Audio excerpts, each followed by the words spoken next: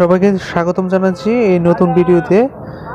Viewers, আমরা কিন্তু আজকে একটি কিপ্যাড বাটন মোবাইল নিয়ে কথা বলবো। যে বিষয়টি সেটি আপনাদের অনেকের প্রবলেম হয়ে থাকে, আজকে সেই প্রবলেমটি সলভ করব। সেটি আপনার যে কোনো কিপ্যাড বাটন মোবাইলের ক্ষেত্রে সেটি কিন্তু সলভ করতে পারেন। যে সমস্যাটি সেটি কিন্তু ব্যাকলাইট অলওয়েজ অন, মানে যে কোনো কিপ্যাড বাটন মোবাইলের ক্ষেত্রে যে সমস্যাটি হয়, অনেক সময় কিন্তু ডিসপ্লে সবসময় জ্বলে থাকে। আমরা কিন্তু অনেক সময় যখন মোবাইলটি এরকম অবস্থায় রেখে দিই তখন কিন্তু একটা নির্দিষ্ট টাইম থাকে, 30 সেকেন্ড, 20 সেকেন্ড, 5 সেকেন্ড। এই টাইমের ভিতরে কিন্তু ডিসপ্লেটি আলো নিভে যায় অটোমেটিক, কিন্তু এই মোবাইলের ক্ষেত্রে সেটি হচ্ছে না। এটি প্রবলেম, আপনাদের ক্ষেত্রে কিন্তু সেই প্রবলেমটি অনেক ক্ষেত্রে হয়ে থাকে। তো এটি কিভাবে সমাধান করা যায় আজকের সেই ভিডিওটি, তো আমরা সেটি শুরু করব। তবে তার আগে বলবো, আপনি যদি আমাদের চ্যানেলটি অবশ্যই ভালোবেসে থাকেন অবশ্যই লাইক, আর অবশ্যই আপনি যদি সাবস্ক্রাইব না করে থাকেন অবশ্যই একটি সাবস্ক্রাইব চাই। তো শুরু করি, আর প্রথম থেকে শেষ পর্যন্ত অবশ্যই ভিডিওটি দেখবেন, তা না হলে কিন্তু আসলে বুঝতে পারবেন না। স্কিপ করলে আপনি ভিডিওটি বুঝতে পারবেন না। তো প্রথম থেকে শেষ পর্যন্ত দেখবেন, তাহলে আপনার যে সমস্যাটি সেটি কিন্তু করতে পারেন সলভ, আমরা সেটির সমাধান দিয়ে দিই।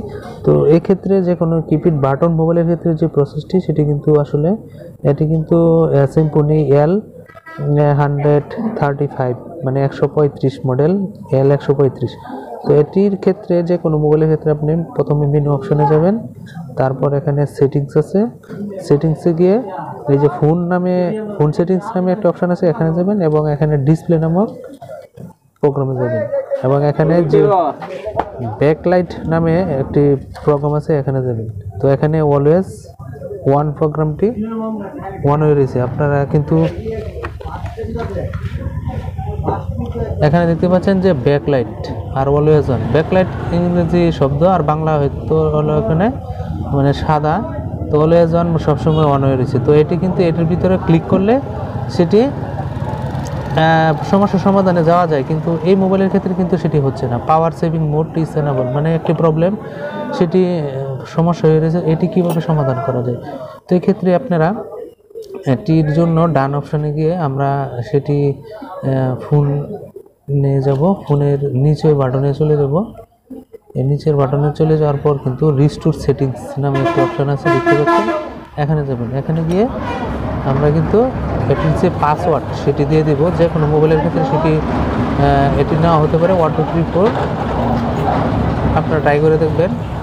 11122, এটাও হচ্ছে না। তারপর কিন্তু চারটা জিরো দিয়ে কাজ করবেন, 4টা জিরো।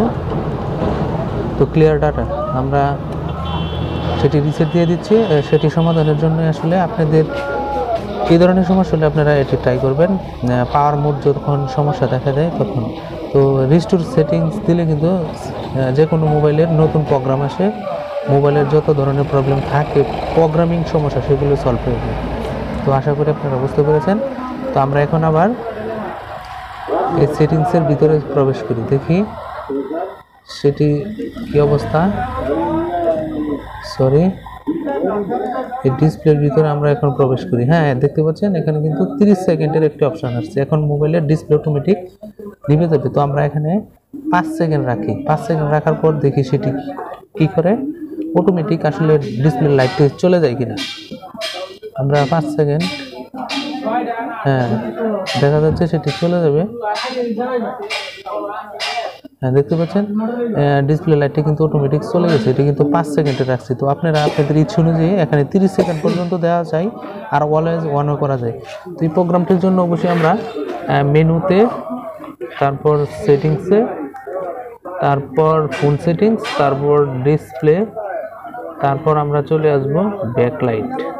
ব্যাকলাইটের পরে 5 সেকেন্ড সিলেক্ট করতে পারেন, 10 সেকেন্ডে করতে পারেন, 15 সেকেন্ড, 20 সেকেন্ড, 30 সেকেন্ড। আবার অলওয়েজ ওয়ান যেটি ছিল সেটি কিন্তু সমাধান করতে পারি না, তার জন্য রিস্টোর ফ্যাক্টরি দিতে হয়।